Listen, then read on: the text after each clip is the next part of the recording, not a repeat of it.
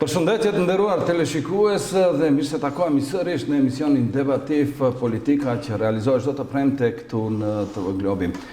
Ne sonde do të flasim për gjyqësorin e Republikës së Maqedonisë. Ju të gjithë e dini që në të gjitha raportet e fundit të Komisionit Evropian, Republikës së Maqedonisë së Veriut gjithmonë i vetë duhet që duhet apo i vetë në pah që duhet të bëj reformat në sistemin gjyqësor, njëkohësisht edhe luftën kundër korrupsionit dhe krimit të organizuar. Ndërsa në anën tjetër partitë politike të cilat janë pjesë e përbërëse e Republikës së Maqedonisë dhe pjesës politike të vendit, sidomos ata të cilët janë në ekzekutiv para zgjedhjeve, pikë të parë në platformat dhe programet e tyre e kishin në reformën në gjyqësor, kurse ne 2 vite kanë kaluar ende nuk shohim ndonjë rezultat nga reformat as të filluara, as që janë në mes të realizimit apo zbatimit të ndonjë lloji reforme. Në anën tjetër, popullata e zhgënjur nga gjyqësori, në për të gjitha sondazhet e bëra në Republikën e Maqedonisë, besimi në sistemin gjyqësor të vendit është 2%. Por edhe me të drejtë mund të themi, pasi që ditëve të fundit të gjithë jemi dëshmitar që një gjyqësor i nivelit të lartë të Republikës Maqedonisë i gjenden 350.000 euro në mur të padeklaruara. Të gjitha këto janë probleme të cilat janë në Republikën e Maqedonisë dhe jetojmë ne në përditshmëri dhe në presion të ndërkombëtarëve për të bërë këto reforma. Ne sonde në këtë drejtim do të flasim me profesorin e nderuar, zotin Bashkim Selmani. Mirëmbrëma, mirë se erdhët. Mirëmbrëma dhe faleminderit për ftesën dhe për punën tuaj. Faleminderit. Unë desha t'ju prezantoj si profesor ligjërues në disa fakultete në vende jashtë vendit. Temë jashtëzakonisht e konsumuar viteve të fundit, edhe ngarkesë edhe për qytetarët, vazhdimisht flitet për reforma në gjyqësor, të cilat vërtet janë të nevojshme, pasi që ne e shohim se, apo e hasim në përditshmëri se me çfarë gjyqësori kemi të bëjmë. Në anën tjetër, partitë në pushtet, por edhe ato në opozit, flasin se duhet bërë reforma, po asesi të fillojnë, asesi diçka konkrete të shohim. Profesor, prej ku duhet filluar, që të duket, që të ndjejnë qytetarët se ka filluar diçka të ndryshojnë? Është fakt se atë që elaboruat ju plotësisht është e saktë.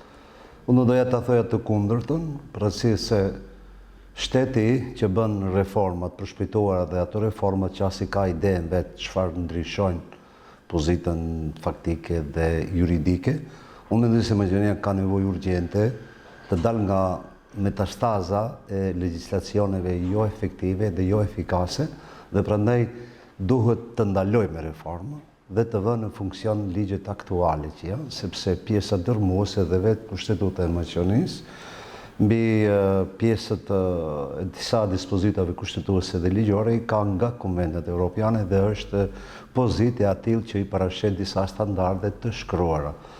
Mangësia e ditë kësaj që ne flasim aktualisht mund ta vëzhgojmë në aspektin historik, në aspektin juridik dhe në gjendjen faktike. Më vjen keq shumë se çdo ardhi në këtë studio i kemi diskutuar këtë çështje, por ardhja e sotme është një nga rastet në të cilat gjyqësori jo vetëm që ka shqetësim, për arsye se nëse një shteti identifikohet me lirinë, me demokracinë dhe me barazinë, është gjyqësori. Sa është gjyqësori i drejtë dhe real, aq është edhe ekonomi. Pra janë dy faktorë metastazik që kanë krijuar dhe kanë futur në ngërç sistemin e drejtësisë, është krimi dhe korrupsioni. Të janë fazat me të cilën e ka të trashëguar në forma e mendësisë, ti themi nga ish sistemi, por edhe sistemi aktual, por edhe reformat që janë bërë, gjithmonë janë marrur anët negative të legjislacionit dhe kanë shndruar legjislacionin në shërbim të individëve dhe të fortëve. Fjala korrupsion rrjedh nga fjala latine korrumpere, që do të thotë shkatërron, rënon gjithçka që është në interesin publik.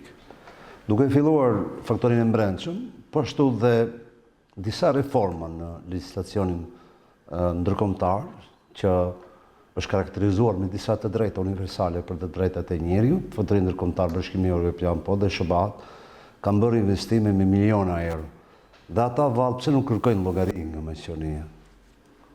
Edhe ato mjete u korruptohen, hollën sistemet me të cilën disa herë u ndryshua kodi penal, ligjet penale, kështu me radhë, dhe gjitha këto janë bërë në favor të individëve dhe grupeve të caktuara të interesit, dhe kjo ka bërë procesin me të cilën të luajë rolin e aktorëve, dhe këto aktorë politik flasin për gjitha subjektet e caktuara nga pavarësia deri në ditët e sotme, është tabor me të cilën kemi dy humbje. E para është humbja e barazisë ekonomike, e rolit e shqiptarëve në Maqedoninë e Veriut, për arsye se nëse merret për bazë, në anët publike thuhet se shqiptarët apo subjektet politike shqiptare janë ata që kanë vjedhur kriminalizuar e kështu me radhë, dhe nga ana tjetër gjendja faktike flet kundërtën, që shqiptarët në kapitalin shtetëror mund të jenë me 1.9 eventualisht di maksimumin. Kapitali shtetëror flasim për gjitha kompanitë, fabrikat, ndërmarrjet e kështu me radhë, të gjitha këta janë të kriminalizuara dhe shqiptarët këtu e kanë humbur betejën dhe veprimin e tyre si subjekte, dhe fatkeqësi subjektet tona kanë qenë në shërbim të këtyre subjekteve me të cilat është dëshmuar, dhe pikërisht gjyqësori ka qenë ai që i ka jetësuar krimet dhe kriminalitetin institucional. Në gjithë botën ka krime që mund bëhen nga individ, por kur institucionet kanë krijuar metastazën kriminale dhe funksionohet në formë tire, nëse dikund është drejtësia e shtrenjtë, pikërisht është në vendin tonë. Njëra anë. Dhe anën tjetër, nëse merret përballë qasja, pse u dha kjo formë me të cilën Maqedonia dhe maqedonasi dhe institucionet maqedonase kanë dy forma, mbrojtja e interesave dhe të drejtave të tyre nacionale, sepse ata e posedojnë kapitalin publik, dhe pjesën tjetër këtë kapitalin publik i kanë jetësuar ose kanë ndihmuar subjektet politike shqiptare me dashje apo pa dashje. E dyta është akoma më problematike, sepse këto janë çështje të ndërlidhura në aspektin ekonomik, politik dhe gjyqësor, po ashtu dhe marrëveshjet me të cilën si do të administrohet një aparat shtetëror. Fatkeqësia ka qenë se gjithmonë është akomoduhu aparati shtetëror në interesin e grupeve dhe subjekteve të cilat janë mirë të organizuara dhe shoqëruara, pozit opozit, dhe tani më qytetarët janë të zhveshur dhe të varfëruar, dhe këtë varfëri dhe këtë forma të varfërisë skajshme të agresive asnjëherë nuk janë gjykuar në mënyrë publike dhe të shifet se ku ka përfunduar kapitali publik. Pjesa tjetër, edhe këtu të ndërrim një pjesë tjetër, kemi ta bëjmë pse është situata e këtillë dhe janë të anashkaluar shqiptarët edhe në aspektin ekonomik, edhe në aspektin politik, edhe në aspektin e sistemit të drejtësisë, sepse nuk kemi pasur qasje për të ndikuar mbas pozitave të caktuara. Gabimi i parë, jo i studiuar, i subjekteve politike shqiptare nga themelësia deri në ditët e sotme ka qenë që ne nuk kemi mundur që të realizojmë gjendjen faktike për sinimet e bashk sovranitetit shtetëror dhe njohjes së të drejtave autoktone, ekonomike dhe demografike të cilët japin qasje në një aparat shtetëror. Cilët janë këto elemente?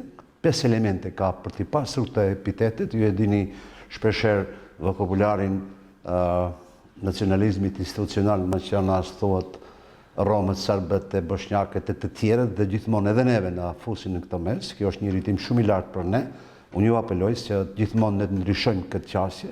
Ne flasim për të drejtat autoktone, me të cilët janë subjektet me të cilën formën e caktuar duhet t'i dirigjojnë kushtetueshmërisë. E para është pozita gjeografike, si elementi parë që përbën nga Struga deri në Kumanova, ne kemi pozitë gjeografike. Aspekti i dytë është pozita historike, me të cilën përflitet me varrezat, monumentet kishtare fetare. Elementi i tretë është varrezia juridike, me të cilën ne administrojmë mbi 11 komuna me vota të lira, e kështu siç është parapar, dhe shumë elemente të tjera, qoftë në aspektin ekonomik, të trashëgimisë dhe kështu me radhë, dhe gjitha këto elemente nuk i ka ndonjë pakisë tjetër.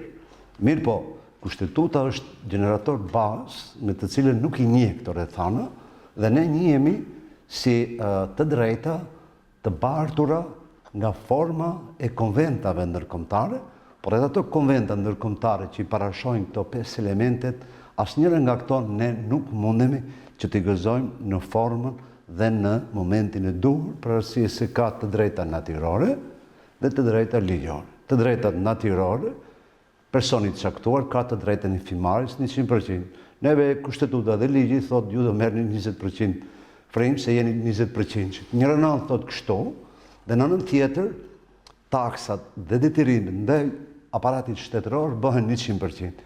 Prandaj shqiptarët nuk kanë nevojë dhe subjektet politike shqiptare nuk kanë nevojë të apelojnë, por thjesht duhet të mbajnë një qëndrim, një platformë, ashtu siç sillet pala maqedonase, duhet të sillemi dhe ne mbas të drejtave dhe detyrimeve natyrore. Profesor, ju thatë që generatori gjithë saj është kushtetuta. Konfliktin e vitit 2001, përsëri generatori ishte kushtetuta. Edhe pas atij konflikti, do me thonë, ne vazhdojmë ta kemi të njëjtin generator i cili na shkakton probleme. Kjo sipas jush nënkupton që duhet ndryshuar apo bërë ndryshime edhe në kushtetutën e Republikës së Maqedonisë. Përse partitë politike shqiptare nuk mund të arrijnë deri këtu? Pikërisht këtu është edhe në aspektin shkencor ne nuk kërkojmë fajtor, por në aspektin shkencor kërkohet shkaqet e fajsisë. Shkaqet e para të fajsisë, duke filluar nga lufta e 2001-shit, u konsultua, po edhe si rezultat i marrëveshjes së Ohrit. Ju ditë se në aspektin e të drejtës ndërkombëtare publike, çdo marrëveshje ka 3 elemente bazë. Dhe parapëlqimi i palëve, garanca mes palëve dhe barazia mes palëve. Momentin që filloi marrëveshja të realizohet, u bë dorëzimi i armëve. Momentin që dorëzuan armët, u prish marrëveshja. Sepse në marrëveshjen e Ohrit nuk ka pasur përpilues shqiptar, por vetëm nënshkrues. Dhe njohja, ne jemi vetëm kom që kemi bërë luftë, jo konflikt, luftë për të drejta, dhe ato të drejta përsëri kemi të minimizuar. Pra se kushzimet, gjitha këto marrëveshje, për shembull ne kemi marrëveshje politike edhe me subjektet politike që vazhdojnë të veprojnë, mirë po kur vijnë çështjet për të jetësuar, sepse çdo marrëveshje politike duhet përfundojnë në ligj. Eta është faza e ditë të drejtave politike për t'i realizuar dhe materializuar, ne nuk kemi qasje se si t'i materializojmë ato. Ju deti vetëm 3 vite, 4, vetëm me flas me terminologjinë se ku ndodhin këto dobësit juridike dhe pse ne jemi viktime këtyre rrethanave, e para ka të bëjë se pala maqedonase nuk ka vullnet të mirë ndaj qasjes shqiptare.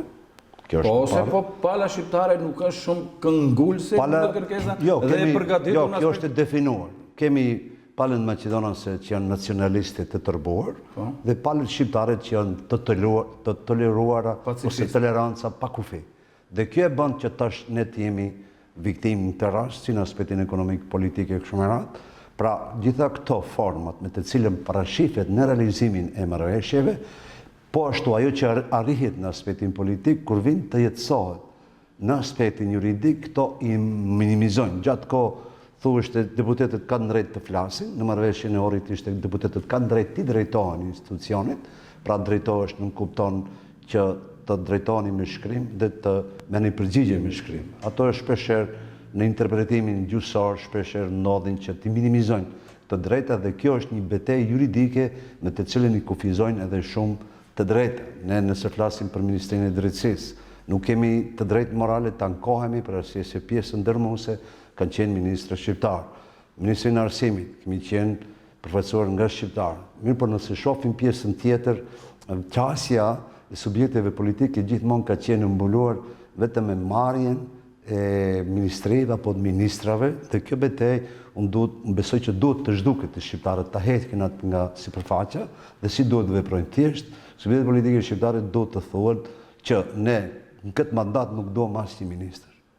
Sa ministri kemi 18, 19, 21, ton ministri, nëse ka një ministri 10.000 punësor, do të jetë 1.000 shqiptarë, 1.000 maqedonas mbas taksave, dhe atëherë përgatitja e këtyre të drejtave do të flasë institucioni vetë shqip. Po ne kemi një ministër me të cilën vazhdimisht nënshkruhen rrethanat e caktuara, ja ne mund t'i argumentojmë këto vetëm për zhvillimet ekonomike, punimeve shkencore që lëshon Ministria e Arsimit, gjitha universiteteve shqiptare me zero financim. Edhe nga ana tjetër në kuvendin ne kemi përfaqësuesit tanë, pra në çdo vit akademik, në çdo decenje, sepse janë tema të cilat duhet të studiohen dhe të shifen dhe të provohen faktet dhe argumentet se çdo ligj që është pozitiv duhet të lexohet edhe gjendja faktike. Fatkeqësisht, te ne shqiptarët nuk përket ose nuk përshtatet gjendja faktike me gjendjen juridike dhe kjo është problemi i bazë. Dhe nga ana tjetër, kur shohim se edhe ke ministri Kurreri tha do të ketë 3 elemente bazë: hapjen e vendeve të reja të punës, uljen e borxhit publik dhe luftimin ndaj krimit dhe kriminalitetit. Asnjëra nga këto nuk ndodh, përkundrazi futi shtetin borxhe me miliarde, me të cilën ne si qytetar duhet t'i kthejmë ato mjete dhe para, dhe kjo e vështirëson jetën tonë të përditshme. Këto janë disa ato elementet e qëndrimeve me të cilën institucionet janë jashtëzakonisht nacionaliste dhe veprojnë në mënyrë të heshtur dhe vetë për së drejti nëpërmjet këtyre ligjeve dhe dispozitave. Shpeshherë flasim për ne dhe prandaj intelektualet shqiptarë në Maqedoni, politikanët shqiptarë në Maqedoni nuk kemi të drejtë morale që të ankohemi, por kemi detyrim moral që të veprojmë, sepse jemi në një pozitë jashtëzakonisht të palakmuar dhe kjo ka bërë që të ul ekonominë, jetën sociale të qytetarëve, po ashtu keqpërdorimin e parave dhe mjeteve publike që sjell diaspora dhe që sjell tjerët, dhe nga ana tjetër, nëse merret përballë të drejtave dhe të detyrimeve, shohim se nuk kemi asnjë ndryshim me të cilën duhet të reagohet në kohën dhe në momentin e duhur. Prandaj si thot një rregull, nëse në padrejtësie, qoftë individuale o kolektive, nëse nuk reagohet në kohën dhe momentin e duhur, ajo nuk është padrejtësi, por është i drejtë që ju ja keni dhënë dikujt për të ushtruar. Dhe pikërisht ne këtë të drejtë siç duket ua kemi dhënë palës maqedonase, por edhe nga ana tjetër, edhe ata vetë nuk janë të interesuar për të bashkëjetuar në aspektin e gjendjes faktike. Shihni shpesh flitet për bota serbe dhe shohin që Maqedonia nga gjithë të tjerët është e kërcënuar, vetëm nga shqiptarët nuk është e kërcënuar. Dhe nga ana tjetër çfarë ndodh? Gjitha këto kërcënimet pikërisht bëhet nga aparati shtetëror ndaj shqiptarëve. Shqiptarët humbën 3 decenije, presën dhe të minimizojnë fuqinë funksionale të kësaj radhe, dhe nga ana tjetër ne duhet të ndryshojmë strategjinë. Pra strategjia do të thotë, sikur që i ka kryeministri qëndrimit ndaj Bashkimit Evropian me 2 kushte, njëjtat kushte do t'i kenë edhe shqiptarët ndaj kryeministrit. Ai që ka që mbron identitetin kombëtar, ne nuk njihemi me identitet kombëtar mbas pozitave këto elementet e bashkësuveranitetit dhe bashkëbarazisë ekonomike që i përmendën, dhe duhet kemi qasje të barabartë. Këto janë ato problemet me të cilën subjektet tona, po dhe ne nuk i kemi mirë studiuar, nuk i kemi studimet janë, por nuk mundemi që t'i praktikojmë dhe të minimizojmë ato padrejtësi që shkaktohen në mënyrë sistematike dhe të heshtur ndaj kombit tonë. Këto janë sende të cilat janë të ndërlidhura njëra me tjetrën, ne thamë do të flasim për gjithësorin, mirë po e gjithë kjo ka të bëjë me gjithësorin dhe me përgjithësinë, më në fund e thamë që edhe komuniteti ndërkombëtar i cili në Republikën e Maqedonisë ka investuar mjete financiare për të bërë të ndryshime. Kohëve të fundit ne kemi ndëgjuar të deklarohen se ankohen te pala Maqedoni, gjithësisht u thuhen palës qeverisë se çfarë u bë me ato mjete. Do të thënë do duhet dikush të mbaj përgjegjësi për mos realizimin e ndryshimeve në sistemin gjithësor, duke pas parasysh se kanë investuar para komunitetit ndërkombëtar.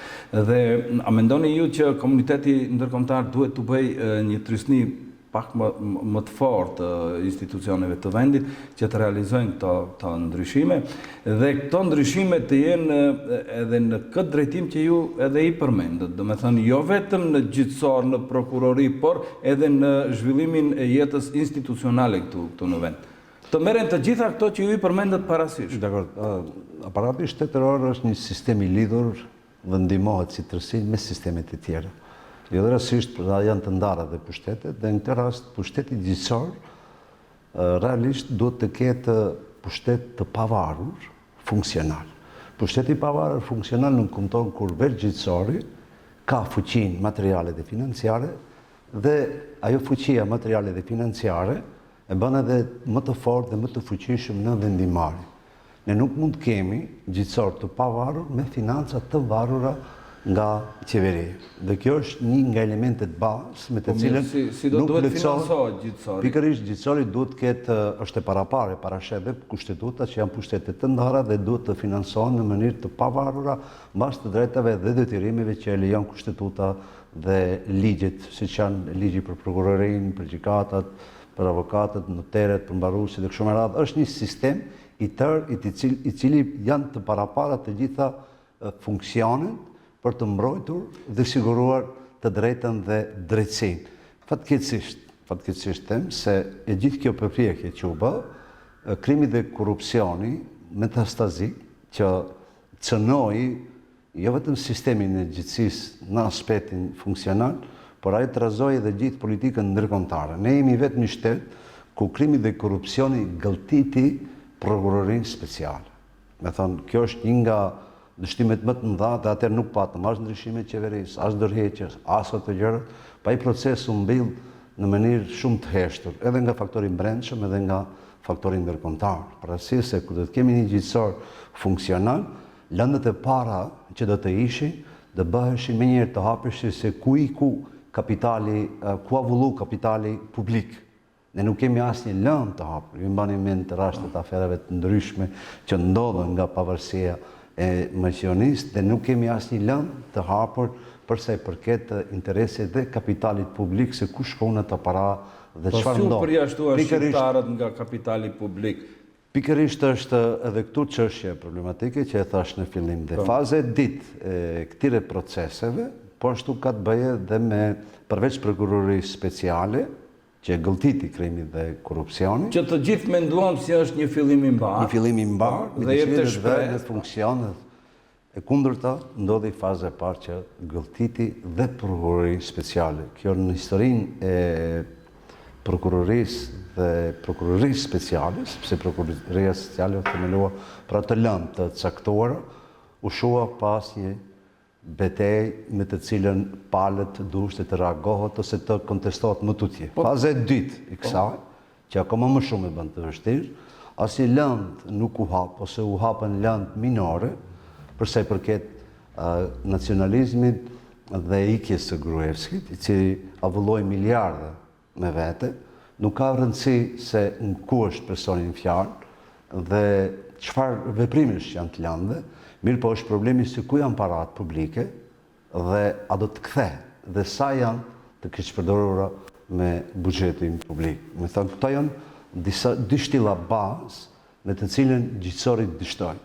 Dhe prandaj kur flasim për gjyqësorin, kjo aktualisht, me thënë, ta shohim ne edhe me Këshillin Gjyqësor dhe ato komplet çdo qeveri që vjen insiston të bëjë reforma në gjyqësi.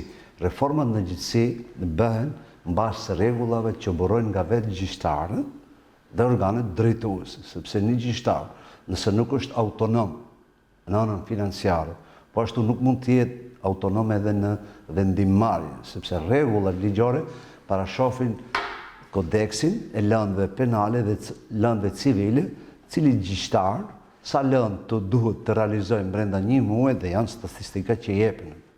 Po ashtu pjesa e vjetërsimeve të lëndëve, edhe ati ka afatet të caktuara. Çdo gjë është parapar në sistemin funksional gjyqësor.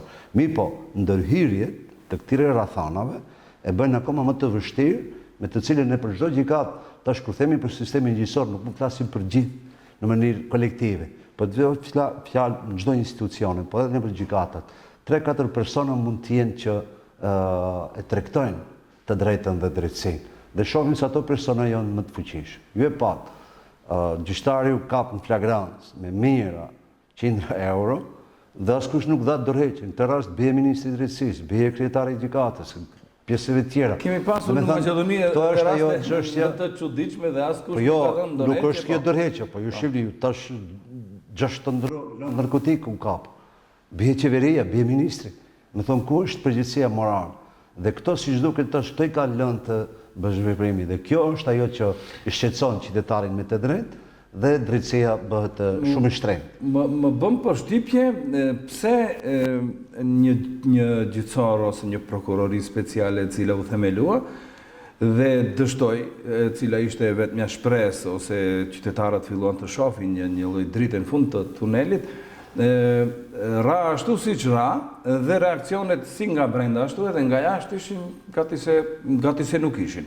Pse nuk reaguan ata të cilët insistonin të themelohen, sidomos ndërkombëtarët? Po këtu është edhe dilema ime personale, përse se gjitha lëndët, qoftë të vjetërsuara, qoftë ndërhyrja e kodit penal, ndërhyrja e kodit të procedurës civile, kështu me radhë që vazhdojnë të kenë gjitha këto përshtaten për grupet e caktuara. Kjo tani është e dëshmuar, sepse çdo qeveri gjithmonë i prek këto rrethana.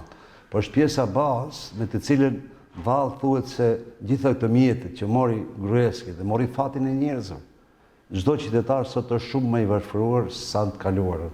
Kur është pavarësu Maqedonia përse përket gjendjes ekonomike, ka qenë një hap pas Slovenisë. Ne sot nuk mundemi të krahasohemi me asnjë vend tjetër, për arsye se pikërisht ka qenë aparati shtetëror ai i cili pasurinë publike i ka keq menaxhuar dhe tani është futur edhe në çështjet që kanë bëjnë drejt për së drejtë edhe me kapitalin privat. Ne e shohim për 6 vitet e fundit, 6 deri 8 vite, mbi 12.000 firma ose kompani ose persona juridik shqiptar që janë të mbyllur, të falimentuar. Llogaritën jeton nga një person, sepse pjesa me të cilën ikje apo shpopullimi tani më është në fazën agresive, me të cilën ana psikologjike është krijuar sepse këtu nuk ka shpresa, nuk ka ardhmëri, edhe nuk ka drejtësi. Se di gjëra që ku nuk ka mjekësi dhe nuk ka drejtësi, të janë di elemente bazë që njerëzimin e ka përcjell në përshek. Faktikisht me thënë këto janë di segmente shumë të prekura, pse e themi këtë sepse ne nuk jemi të dëmtuar vetëm në aspektin material. Ne kemi sigurinë ushqimore që shumë pak diskutohet. Nëse bëjmë analizë dhe shohim për vdekshmëri, çdo e dita vdekje është e shkaktuar nga kanceret. Kanceret janë helmime. Ato dita ditës kapin edhe grup moshat e reja. Askush nuk i jep këtyre obduksionet dhe çiftet cilët janë shkaqet me të cilën ne përse përket kualitetit dhe cilësisë argjimeve paguajmë me standarde evropiane, dhe nga në tjetër siguria është shumë e dilemë dhe lishim. Prandaj është pjesa me cilën që përmendet ju në faktorin ndërkombëtar, vallë këto para që dolën nga shteti. Ku përfunduan? Përfunduan në Europë. Hungria është vend evropian, diskutohet, vazhdojnë të japet kredit, merret kredi, nga ana tjetër shohin se vetëm jetët të shkruara, sepse edhe për të merret huamarrja, atëherë nëse huamarrja shpërndahet qytetarëve, qytetarët mund të komandohen të ushtrojnë aktivitetet ndryshme ekonomike, kompani e kështu me radhë, atëherë ato mjete edhe qarkullojnë. Po këtu në Maqedoni vetëm shkruhen në letër, ndërsa borxhin e rikthejmë në dy fish. Si e rikthejmë? Nëse me 1.000 denar kemi marrë 3 qese ushqime, sot e marrim 1 di i han shteti për çdo ditë. Dhe kjo është ajo abuz falimentimit dhe çështjeve që drejt presidenti po bankrotojnë shumë kompani. Kjo është ajo për të cilën ne dëshirojmë të flasim për përgjegjësinë, po ku është sistemi gjyqësor, kush ndaj kujt duhet t'jap përgjegjësi. Të bëjmë një shkputje publicitare, pastaj do të kthehemi, do të vazhdojmë me pjesën e dytë.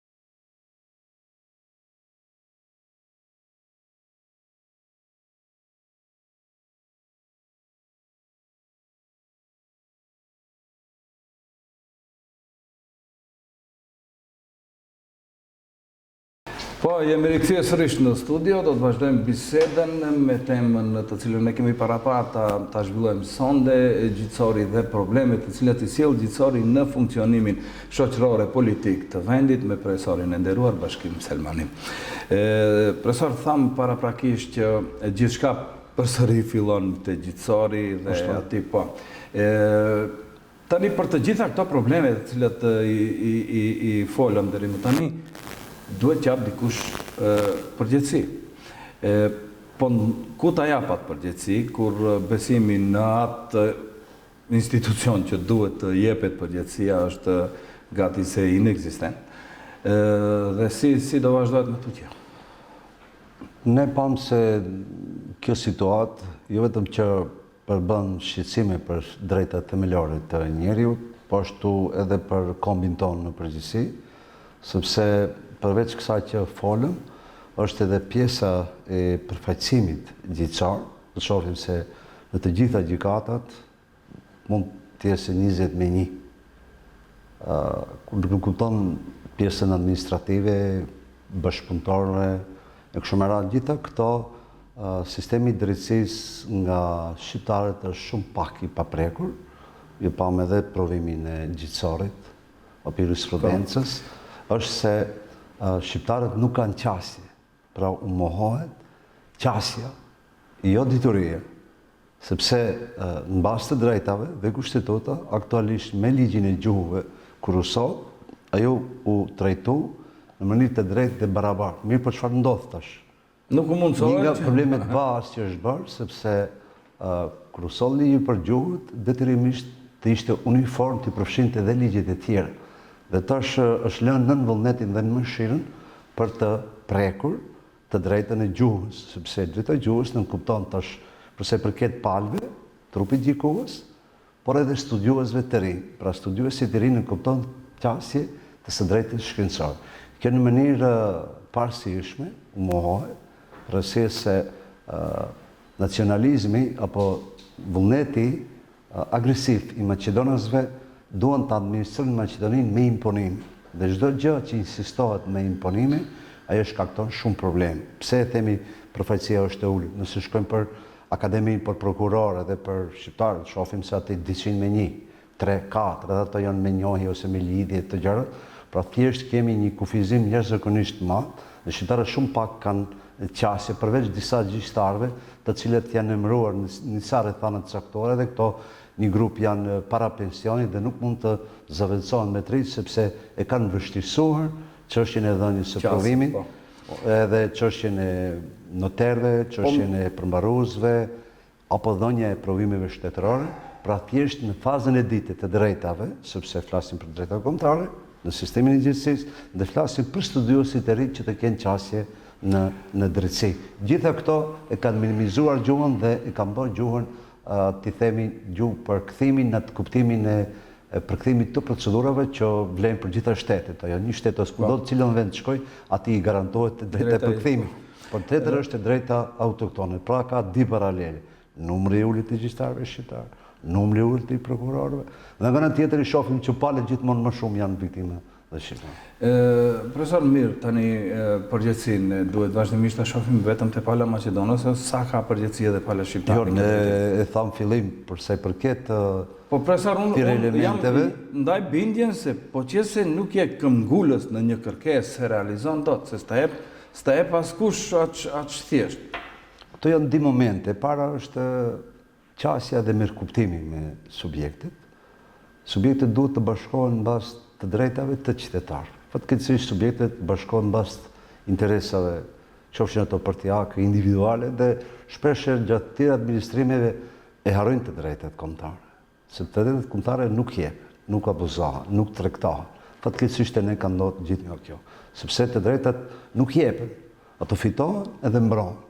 Por nëse nuk mbrohen drejt dhe mirë, atëherë përfundojnë në padrejtësi. Dhe fatkeqësisht unë jam shumë i bindur se çështja shqiptare dhe drejta kombëtare shqiptare është dhënë më në pikpyetje. Toleranca që ne bëm ndaj palës Maqedonas, ato e rikthejnë me nacionalizëm. Prandaj do të ishte shumë e mirë se ardhur të mendohet një qasje tjetër. Ne pam edhe votimin e fundit që u bë për ligjin për sigurinë e kështu me radhë. Nga ana tjetër rrin pranishëm kuvend, nga ana tjetër thonë është antikombëtar. Po ti ke formën dhe mjetet si ta bllokosh kuvendin. Si bllokohet? Bllokimi i parë është tërheqja nga kuvendi. Kaq. Shumë i thjeshtë është. Nëse ne jemi të bindur se ka padrejtësi. Prandaj them është fajësia të subjektit, por është edhe fajësia e jone e përgjithshme, me cilën nuk reagojmë dhe një padrejtësie nuk ka dhe në momentin e dur. Ne do shohim se këto të drejtat nacionale, me që thamë se në marrëveshjen e orit kanë qenë garantues, personat caktuar, kush është garantues, kujt i drejtohemi ne sot se marrëveshja e orit është abroguar plotësisht, me ndihmën tonë. Prandaj çdo lëshim, në çdo rrethana, në çdo ligj e bën edhe minimizon edhe ato pak të drejta që i kemi. Prandaj do të ishte mirë që njëherë për gjithmonë të luftojnë shqiptarët gjithë së bashku të gjejnë forma të krijojmë elementin e bashkësuverenitetit, elementin e bashkëbarazisë dhe elementin e bashkëveprimit pa dominim. Kjo do të ishin 3 shtillat bazë që ne duhet kërkojmë marrëveshje të re. Atë që kërkon garanca, kryeministri nga faktori ndërkombëtar, detyrimisht dhe shqiptarët të kërkojnë garanca nga aparati shtetëror. Duhet të administrohemi së bashku, pa të drejta dominimi ekonomike, politike, gjithësore kështu me radhë, ose gjithmonë do të jemi viktim, por tani më nuk kemi kohë, sepse nuk mund të ndalojmë shpopullimin, nuk mund të ndalojmë varfërinë e qytetarëve dhe nuk mund të ndalojmë kredit me të cilën dita ditës kompanitë dhe firmat shqiptare po falimentojnë. Dhe kjo është shumë alarmuese. Dhe nga ana tjetër merremi tash ligjin a do të çojnë në gjykatë kushtetuese apo jo, më komplet çështja kombëtare duhet të shkojnë në gjykatë kushtetuese. E para duhet krijohet të hiqet 20%, të hiqet minoriteti, të hiqet pakicë, se nuk e kuptojmë në aspektin e së drejtës. Nuk kuptohet dhe nuk ka kuptim dhe kjo krijon pasandej amulli me këto ligje. Pikërisht, ja për shembull, e jep një të drejtë ligji për gjuhë, thotë ka të drejtë të përdorin për dhënien e provimit, del ministri i drejtësisë thotë këtë nuk e lejon rregulloria. Rregulloria nuk mund ta mbi ligjin. O më takon e drejtë ose nuk takon mua e drejtë.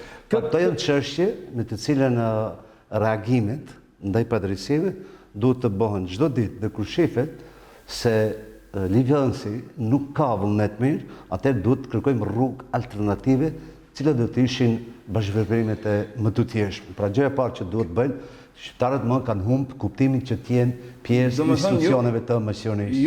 Urgjentisht duhet të lëshojnë institucionet. Vetëm refleks që do të jetë se ka padrejtësi. Nëse ne jemi pjesë e gjitha këtyre, atëherë nuk ka padrejtësi. Sepse nuk konfirmohen, nuk jepen dhënat me të cilët këtë që flasim ne dhe dhënat që diskutojmë. Ne kemi shumë ulëmtime, ja për shembull, se si trajtohen të drejtat mbas çështjeve gjithësore, si patëm shumë kohë për të barguar. Ja për shembull, institucionet shtetërore sa janë më të hapura për punësimet, më pak më shumë. Diametralisht ndodh dhe ne nuk mund të rrujmë ato pozita që i kemi pasur. Në vazhdimisht humbëm, vini qeveri ndryshon, njëra e mbron, tjetra i largon nga puna ata, ose nuk i avancon. Prandaj janë çështjet me të cilat jemi shumë të bindur dhe gjitha thonat dhe rrethanat thotë, thjesht shqiptarët nuk kanë kuptim të funksionojnë më tutje me këtë qeverisje antikombëtare. Domethënë, në bazë kësaj që ju e thoni, shqiptarët për të filluar të ndryshojnë diçka, fillimisht duhet lëshojnë institucionet dhe e thatë edhe një ide tjetër të cilën e kemi ndëgjuar edhe nga disa parti politike apo një parti politike e ka lansuar në Maqedoni se duhet një marrëveshje e re ndërmjet historike, e thonë ato, ndërmjet shqiptarëve dhe maqedonësve. Por ne bëm një marrëveshje atorit, e cila doli nga si rezultat i konfliktit të vitit 2001. Një marrëveshje e cila garancion kishte komunitetin ndërkombëtar, fuqitë e mëdha Shtetet e Bashkuara të Amerikës. Tani ne të arrim në një marrëveshje të re. Po ku janë garancat se nuk do të ketë obstruksione? Pikërisht është këtu. Ne nuk mund të themi përse përket të drejtave kombëtare, nivelin e brendshëm dhe të drejtave kolektive janë shumë të avancuara në krahasim siç ka qenë para luftës. Ata nuk mund ta mohojnë. Mirë po, bëhet çështja se edhe ato drejta që i kemi fituar, neve këto na uzurpojnë dhe na minimizojnë. Dhe këtu shihet se këto nuk duan bashkëveprimin ne. Këto duan dominim. Dhe këtë dominim faktikisht e lejojnë subjektet. Prandaj një strategji, ne i përmenda 4 shtillat bazë, çfarë duhet kërkojmë si kom. Ne duhet të tërhiqemi dhe të themi që ose gjithë jemi të bindur, se jemi të vjedhur, jemi të varfëruar, jemi në borxhe, nuk kemi të drejtat më elementare për sa i përket të drejtave që ekzistojnë, të drejta autoktone, atëherë duhet të themi të tërhiqemi dhe të kemi një marrëveshje. Çfarë kërkon kryeministri nga Bashkimi Evropian, ne kërkojmë nga kryeministri këtë drejta që i kemi. Këto janë të drejta natyrore dhe këto nuk mund t'i mohojë askush. Gjuhët i ka falë Perëndia, nuk i ka falë pushteti. Dhe këto janë probleme. Dhe atëherë duhet të jenë 4 shtilla bazë. E para është bashkë sovraniteti shtetëror. Kjo është bashkëqeverisim bashkë me këtë shtet. Bashkë sovraniteti shtetëror të njihet me element të barazisë. Atëherë nuk do lejojmë në kështu raste ku thjesht çdo veprim që bëhet me dashje apo pa dashje, ne ndihemi të ofenduar, të zemëruar, por edhe të dëmtuar në gjitha aspektet e mundshme. Nuk duhet të kemi pushtete dominuese. Fatkeqësisht pala maqedonase dominon, po dominon në mënyrë agresive. Ne duhet të kërkojmë edhe kapitali publik të jepet aq sa ne janë pronat tona. Me thënë, duhet një çështje mbas ulëmtimeve që ekzistojnë si në aspektin gjithësor, përmendëm në fillim, hajde ta bëjnë subjektet politike shqiptare këtë mandat, mos kemi asnjë ministër. Mirë, po hajde ministrit kur kemi nga 10.000 punësime, i bëjmë 1.000 shqiptar, 1 maqedonës, edhe jemi në rregull atë. Të shfalojmë ne, pala Maqedonës se vendosen kuadrët janë cilësorë apo s'janë cilësorë. Nuk mund vendosësh ti kuadrë, vendos diploma, vendos kriteri, vendos akreditimi për kualitetit e cilësitë. Vetëm ju mund të intervistoni për çështjet e caktuar. Ne njohim se tash në emër të kësaj për 10 persona që ka keq përdorur të drejtën kombëtare ose balanserin ose balansuesin për sa i përket vetëm aparati teknik ka kushtuar me milione euro që ka bashkuar Bashkimi Evropian. Dhe askush nuk jep llogari si u hoç ajo në formë ndryshme.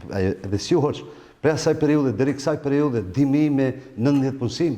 Kjo është tragjedi për të rinjën. Dhe prandaj them se ne jemi shumë bindur se çështja është e tejkaluar nga pala maqedonase që përsillen kështu me ne në gjitha aspektet, por edhe vetë shteti me këto hamarrje dhe me këto borxhe dhe me krimin dhe kriminalitetin e skajshëm që është duke ndodhur, ne jemi në një fazë metastazike dhe patologjike të udhëheqjes së shtetit.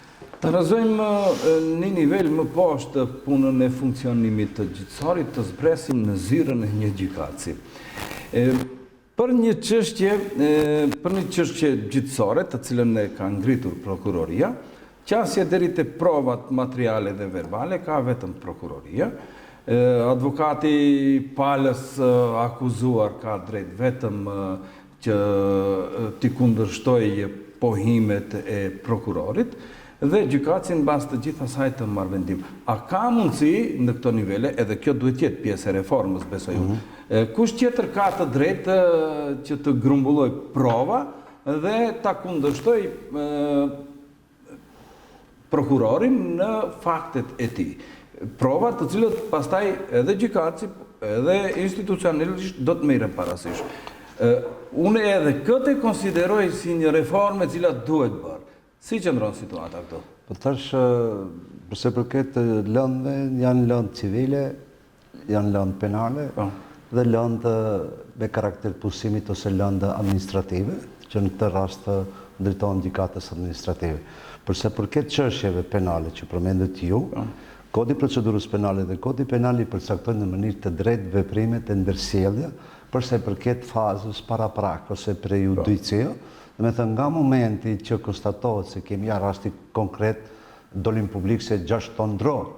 Të më njerë duhet veprojë prokuroria publike të argumentoj, dhe me thënë, cilet kanë qenë shkaqe, si ka kaluar transporti, ajror, rrugor, kështu me radhë, me thënë kjo detyrë zyrtare që të bëhet, që dhe të argumentoj, paralelisht organet policore përgatisin paraqitje penale, dhe paraqitjen penale vjen funksion paralelisht edhe prokuroria, pra organet hetimore, të cilët konstatohet se ka prova apo nuk ka prova. Nëse konstatohet se ka prova, atëherë procesi mbillet me akvendim.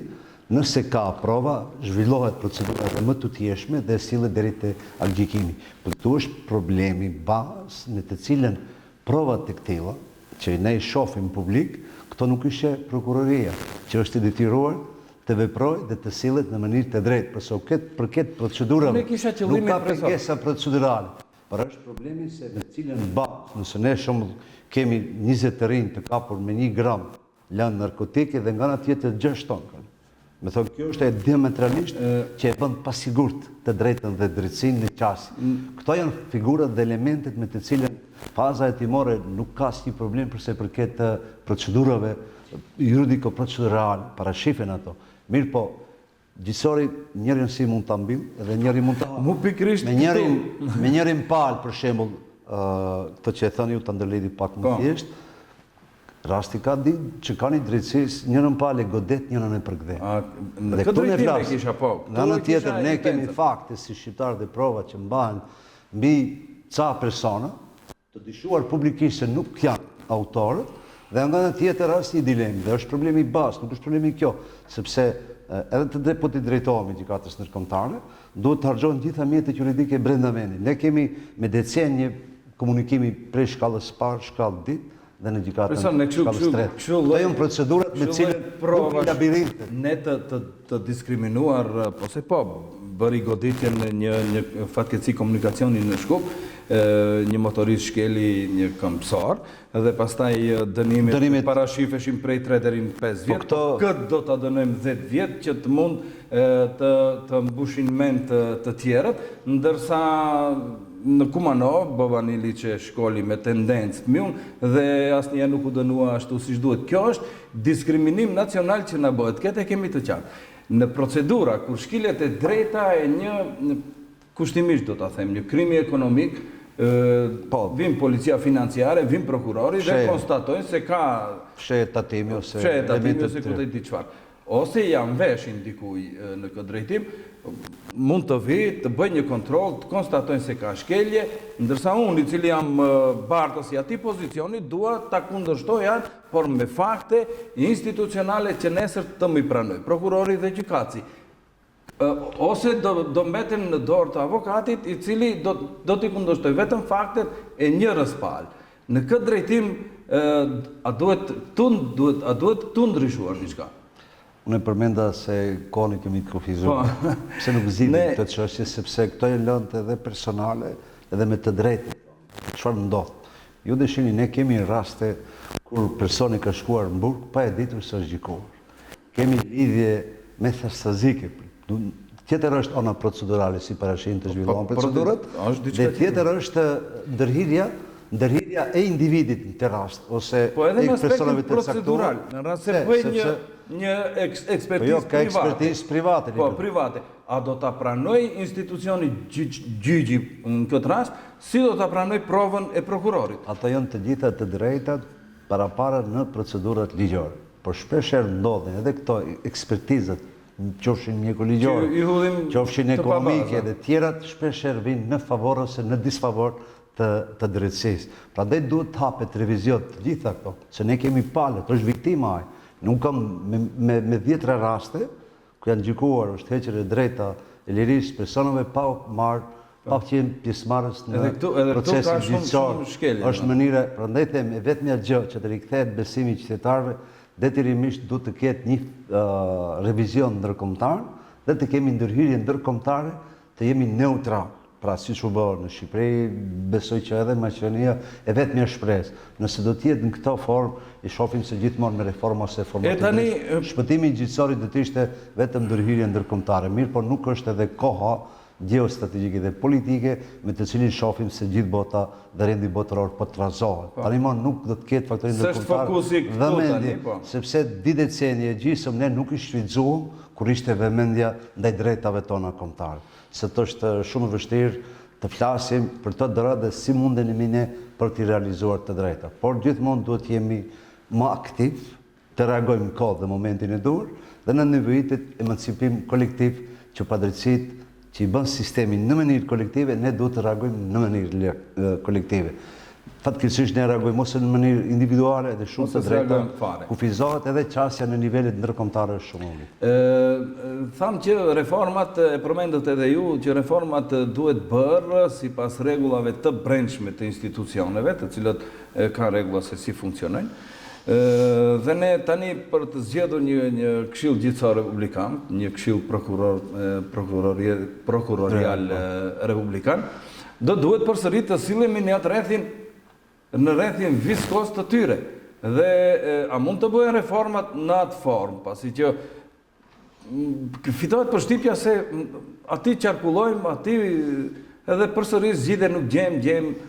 Unë përmenda në fillim, Maqedonia kur do të ndaloj të bëj reforma do të jetë rrugë mbarë.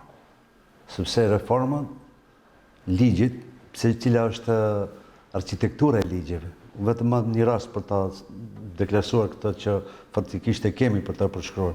Për Andriri Roma, kur dësht të sjell ligjit, fillimisht 2 vite dësht të mësoj senatori, ligjet përmendsh për vete, edhe 2 vite e gjist të mësoj qytetarëve, dhe 4 të mësoj gjyqtarëve, ato të drejta pasandaj të plotësohen. A i di dikush sa ligje janë si, me mire janë si. A din dikush që është rikthyer ose abroguar ndonjë ligj që nuk është funksional. Prandaj dhe Perëndëria Roma këtë çfarë ka bë? Thot, një gjyqtar i cili e shkakton dëmin palës, pa dashje, ai e kompenzon palën. Mirë po, thot nëse një gjyqtar shkakton dëmin me qëllime, atij e merret e drejta e funksionimit të gjyqtarit. Kjo është problemi me cilën ona shkencore parashet diçka tjetër, gjendja faktike diçka tjetër. E gjithë kjo ne flasim për sisteme të kriminalizuar. Më mirë të futemi pjesën e sistemit gjithësor të kriminalizuar, me të cilët më vështirë kanë njerëzit e ndershëm në sistem, të cilët janë pjesa dërmuese të mirë. Unë e përmenda që në fillim, të gjitha institucionet në Maqedoni janë të kapur nga grupe njerëzish.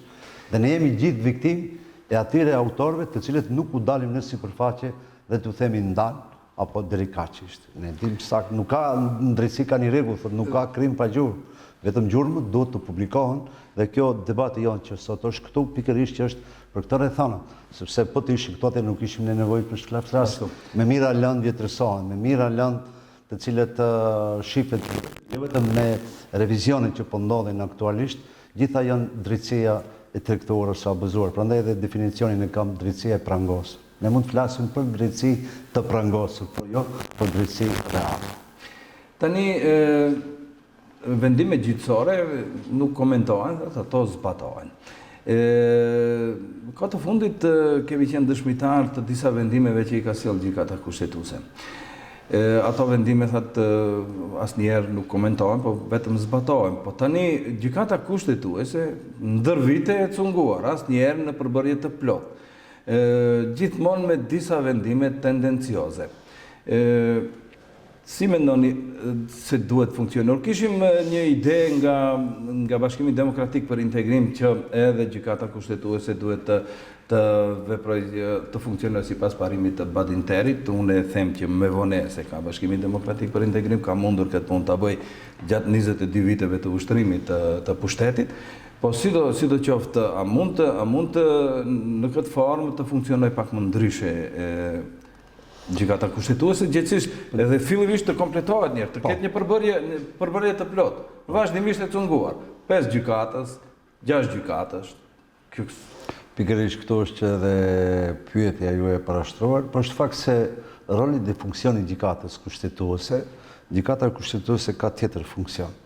Cili është funksion elementar? Funksioni elementar i gjykatës kushtetuese është të përshtatë dhe të matë dhe llogarisë të gjitha ligjet e brendshme të përshtaten me konventat ndërkombëtare dhe atë të japë atë barazim neutrale përsa i përket të drejtave dhe detyrimeve, qofshin ato civile, ligjore, legjislative e kështu me radhë. Dhe prandaj vendimet e saj janë që kjo të unjësojnë të drejta universale me të drejtat praktike në legjislacion dhe për çështje të kundërthanëse që aktualisht bien kundërshtim, nuk mund të ju cilën një ligj në emër të qytetarëve dhe pjesa dërmuese e qytetarëve janë kundër atij ligji. Si shembull konkret me Safe City, qyteti i sigurt. Pikërisht këto është edhe problemi, sepse është edhe ajo intriga e brendshme të subjekteve të cilat dinë format të këtilla të nacionaliteteve, të cilat shpeshherë edhe gjykata kushtetuese nuk identifikon përbërjen demografike të qytetarëve dhe sa gjykatës të jenë shqiptarë dhe cilat janë situatat me të cilën i parashim rrethanat që të kemi. Ne shumë pak i kemi këto di momente të veçanta dhe prandaj gjykata kushtetuese jo vetëm që duhet të reagojnë në mënyrë të caktuara përsa i përket këtyre të drejtave që duhet të njësojmë me konventat ndërkombëtare, e shpesh herë bën të kundërtën, pa ligji për gjuhën. Ta shohim për këtë ligje të tjera, kështu me radhë, seancat, numri, këshilli, edhe vendimet kur janë diametralisht të kundërta me interesin e publikut. Prandaj janë situata me të cilën flasim tash edhe si legjislacionin, se është në interesin e qytetarëve, por flasim edhe për formën se si ajo i mat rolin dhe funksionin e legjislacionit brenda vendit që gjithmonë të mbrohet e drejta e interesit publik dhe qytetarët. Fatkeqësisht kjo nuk ndodhen, sepse shpesh herë është dëshmuar që mbron interesat e grupeve ose interesave të cilat i shohin të kombit ose të shtetit ose të caktuara, të cilat drejt për së drejti dhe vërejtjet që jepen pikërisht janë këtu. Institucionet ka raste kur u konvenojnë atyre, thonë që vendimet e gjykatës kushtetuese nuk komentohen, por zbatohen. Kur nuk ju konvenon, i komentojnë edhe atë sa s'duhet. Kështu që këtu ka di standarde për të cilët duhet gjendet forma dhe metoda se si të funksionojë ashtu si shtu. Unë mendoj që procesi i ligjvënësit do të jetë më i kujdesshëm, edhe shqiptarët që bëjnë ankimimet i shohin tash edhe për ligjin e sigurisë, komunikacionit kështu me radhë. Më tepër bëjnë teatro se sa veprim. Qëllimi është teatro. Ti ke kalu në kuvend, dhe në kuvend nuk i ke harxhu mjetet mundse që mos kaloj ligji.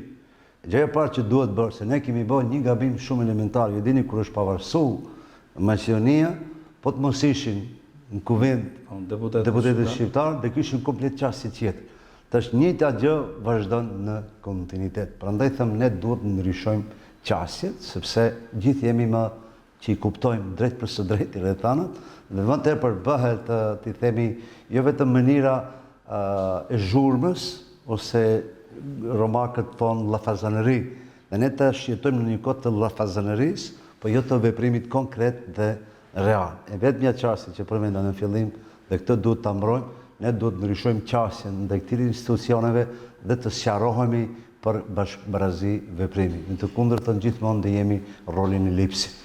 Për ta përfunduar, profesor, ne për të biseduar problemet të cilat i krijon gjithësori në funksionimin e jetës së përditshme dhe institucioneve shtetërore, ja që konsultohemi me ekspertë, sa u konsultojnë partitë politike, ata të cilët shumë t'i kanë nevojë që të konsultohen me ekspertë gjatë kohës së sjelljes së ligjeve.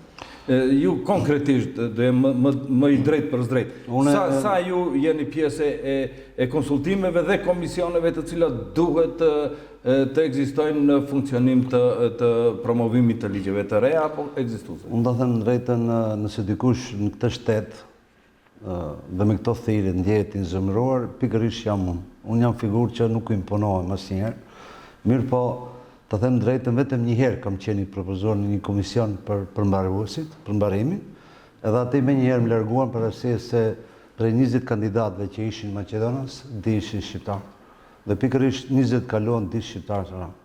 Dhe pra ti edhe më larguan edhe u tërhoq. Asnjë komision nuk kam qenë dhe nuk do të jem asnjëherë. Mirë po duhet të jem në interesin kombëtar, sepse padrejtësitë neve na sjell ligji. Të drejtat kombëtare hupin nëpër labirintet juridik. Dhe kjo është problemi bazë që sot ne jemi të bindur.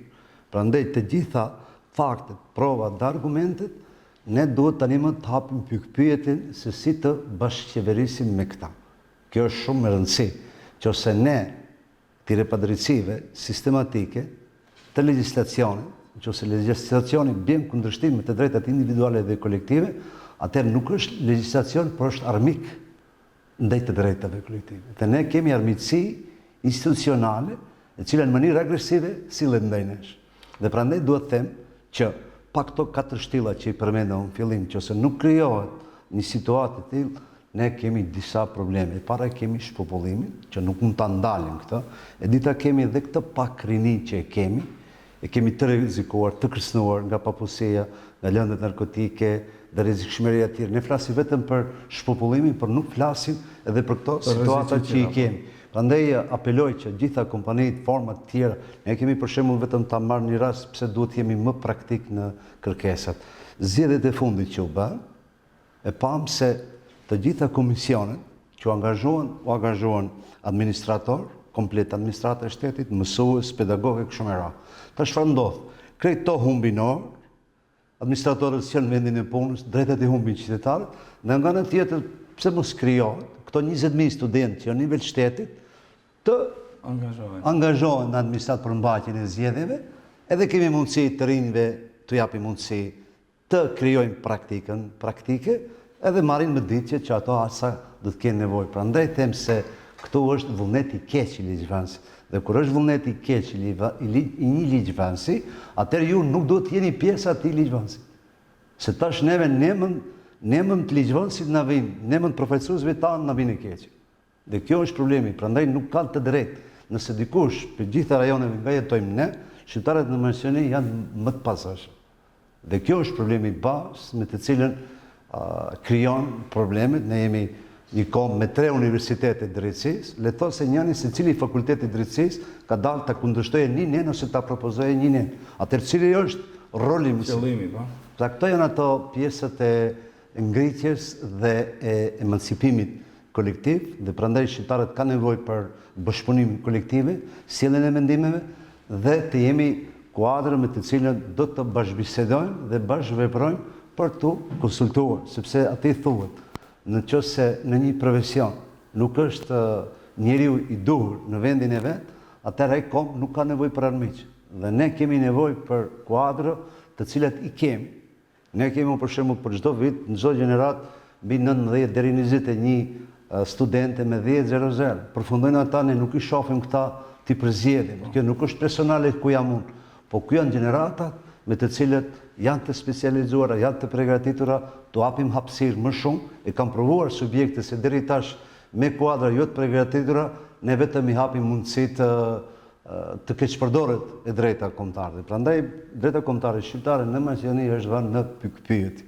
Dhe sa më shpejt që ne do hapësohemi të flasim me një gjuhë të përbashkët, atëherë do të shkurtohet ose minimizohet. Në të kundërtën, nëse do vazhdojmë kështu të jemi në shërbim të këtyre rrethanave për çështje të caktuara ose bagazheve kriminale që kanë individët, subjektet, personalitetet, le të viktimizojnë individin. Politika rrjet nga fjala grek ose latine që ka ku poli dhe thotë qytet, shtet dhe tik është një lloj insekti që pin gjak. Politika o pin gjak o ta pin gjakun, s'ka më shumë.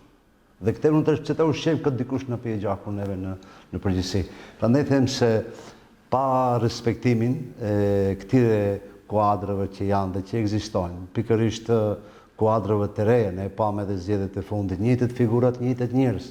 Ne u mbillim dervën dyert të rinjve, sepse edhe këtë pjesë që kemi nuk mund ta sigurojmë për të rrethana. Dhe për ne si pedagog këto janë disa nga ato elementet të shqetësuese. Pra thjesht të drejtat kombëtare shqiptarëve janë në pikpyetje. Profesor, unë këtu do t'ju falenderoj që ndatë kohën dhe opinionit tuaja bashkë me ne dhe me opinionin i cili është duke në ndjekur. Falenderit edhe njerë. Kënaqësi është e jonë. Edhe juve të nderuar teleshikues që falenderojmë që ndatë kohën që t'jeni bashkë me emisionin politika. Ne ju lëm takim në javën e ardhshme, kuptohet në të njëjtën kohë kur do të kemi misafirin e radhës. Deri atëherë bashkë ne takofshim.